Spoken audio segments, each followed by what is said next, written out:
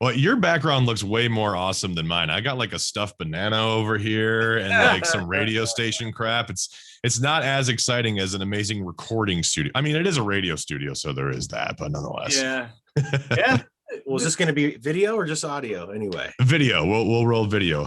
You know how sometimes when you have and conduct an interview, you want to sit up a little bit higher so you have a place of prominence, and it's like a power position. Yeah. Well, this is our power position. You want to dominate the interview by having a powerful backdrop. That's right. Nice banana. So yeah, man, dude. I found it for $5 on Facebook Marketplace. I'm like, we have to get this. I don't know what we're gonna do with it, but we're gonna figure out something.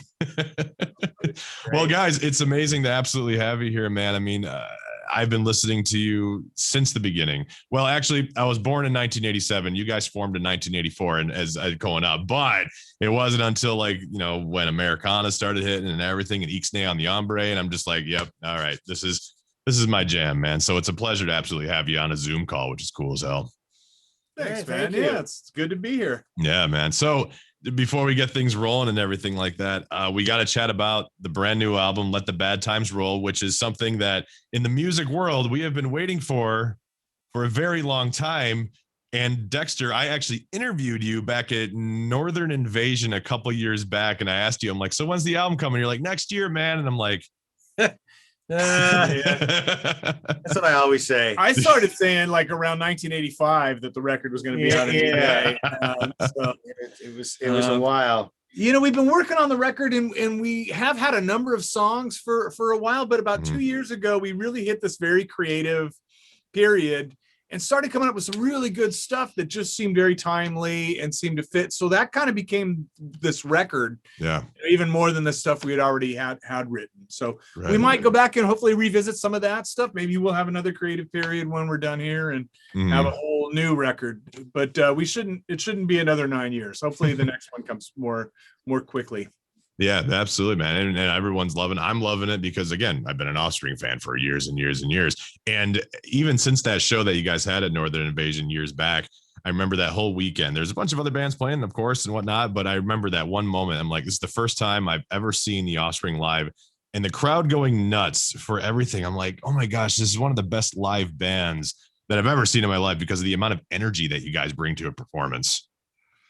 Thank you. Yeah, man. That's the punk rock talk. We do a lot of stretching and a lot of calisthenics before our set. Yeah.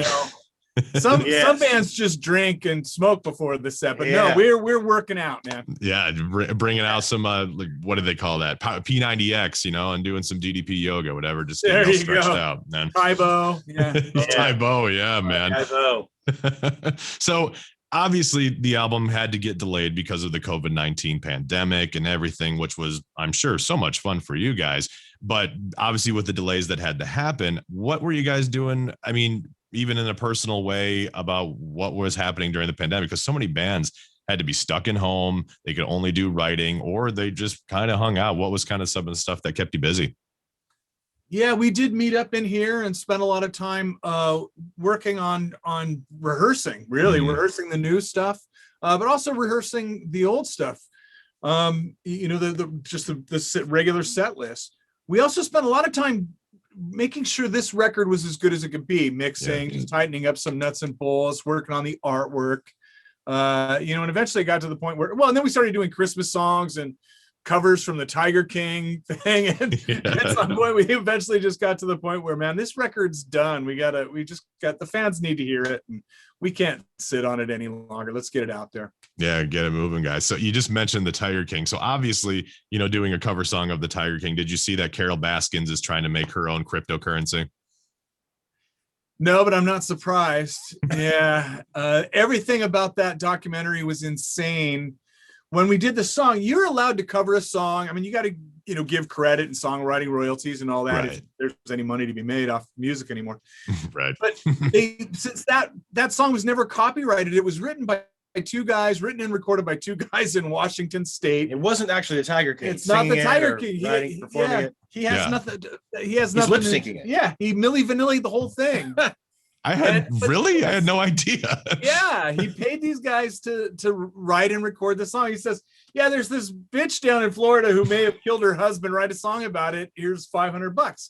So they did that, and then he Milli Vanilli'd the whole thing. But these guys never copyrighted the song. So when we did a cover of it, we did a video, put it up, and like they made us take it down. And the only reason we had to take it down is because it was never copyrighted yet. So yes, I think legally we can't cover it because it doesn't exist. Yeah, that's exactly yeah. That was their argument, which is the craziest thing because it would have been more exposure for them, right? Yeah, right.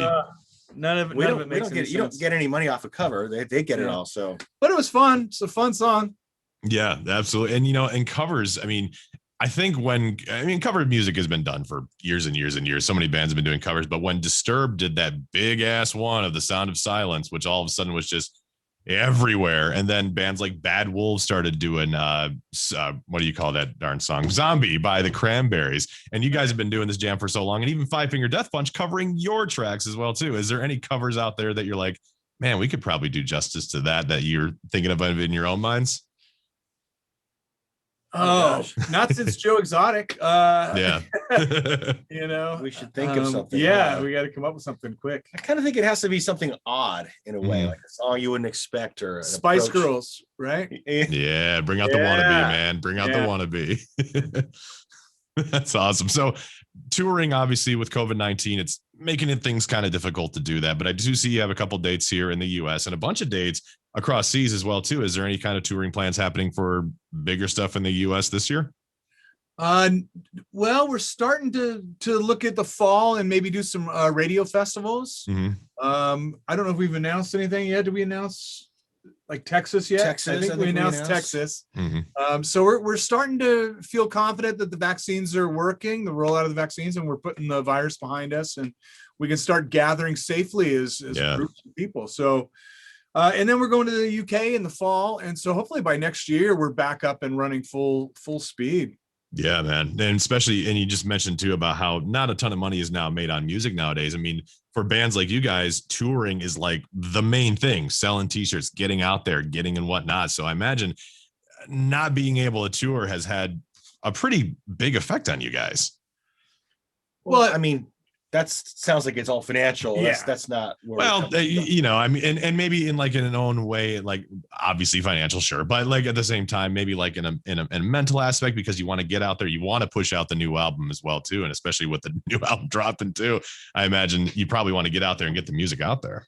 Well, since we started this band in 84, 85, we've never gone this long without playing live for an audience. So that's driving us crazy. Yeah, we're dying to get out there and reconnect with the fans for sure. I mean, that's what you hope to do when you start a band, is just connect with an audience. And we've been very fortunate that we've been able to do that this long, and our fans are great. And so we want to get back out there and party with them again.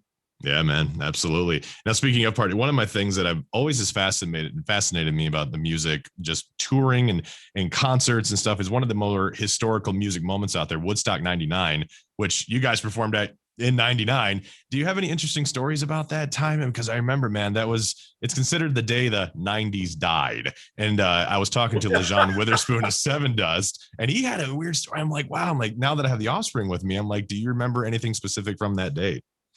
That's great. So that Woodstock did to the 90s what Altamont did to the 60s, right? Yeah, we have our own Altamont. Yeah. Yes. Yeah. You know what? We were kind of in and out. I know I started drinking again that day, and I started smoking again. Okay. So a good day for you. Actually. Yeah. It depends on how you weigh. Yeah. Right. It was kind of an inhospitable environment, really. There were so many great bands playing. We just got burned by Mother Nature too that weekend. The temperature was off the hook, heat-wise, and there wasn't enough water, right? Yeah, we were the first day. No shade. It was an army base.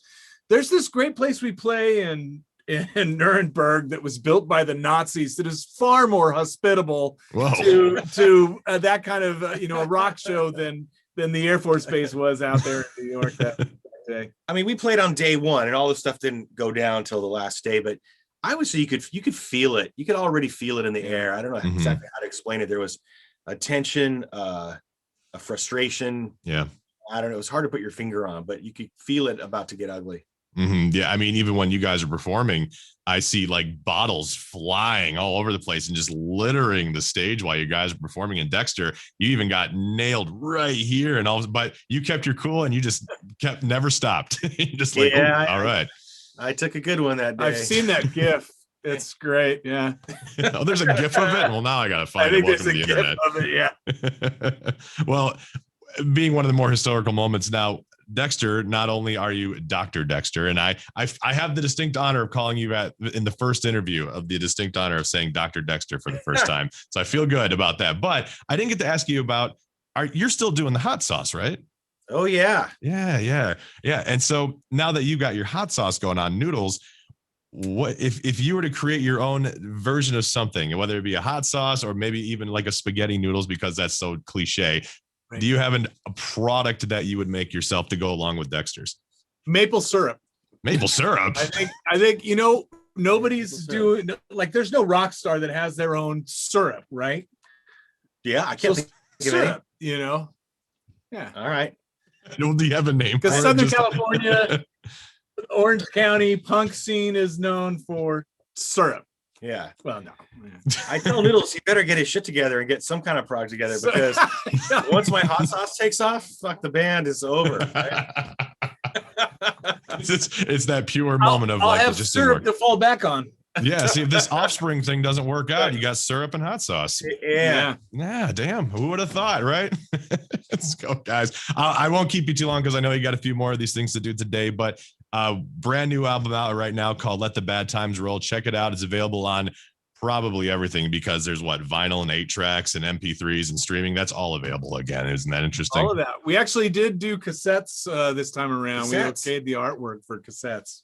I don't know about 8 track. That might be a bit out there, but we'll get on it. We'll call the label right now.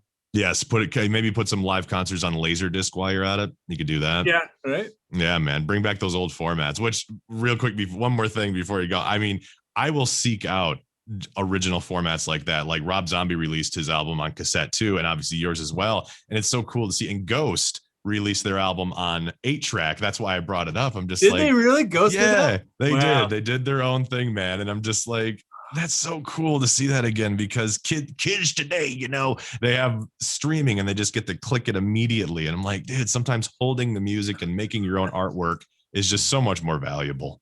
Yeah. Well, vinyl for sure is always going to be something close to my heart. Yeah. Mm-hmm. Yeah. So, I mean, I will blast easily with a nice gatefold cover and everything. I'll blast $40 on that. I don't care, dude. It's because I get to hold the music in my hands. It's just way more something to look forward to. But on that note, guys, is there anything you'd like to tell the fans out there while I have you on, and anything you need to say to those guys? Just that we've got the best fans in the world, and thanks for all the support. We're excited to get this record out. We can't wait to actually play a real show somewhere. Play the songs for people. Yeah. Well, when on your way, just make sure you stop by Iowa, either be it in Cedar Rapids, Des Moines. We'll travel. Us Iowans need something to do, man. So come on out here and have some fun. We have the best shows in Iowa. Seriously. It's just a blast. So we can't wait. Exactly. Well, guys, thank you so much, man. And good luck. And I'll hopefully see you very, very soon in the near future. And I'll make sure to get some hot sauce at some point here, and looking forward to the maple syrup noodles. Yep. Yeah. Thanks, Dad. Thanks, man. Appreciate it, guys. Hey.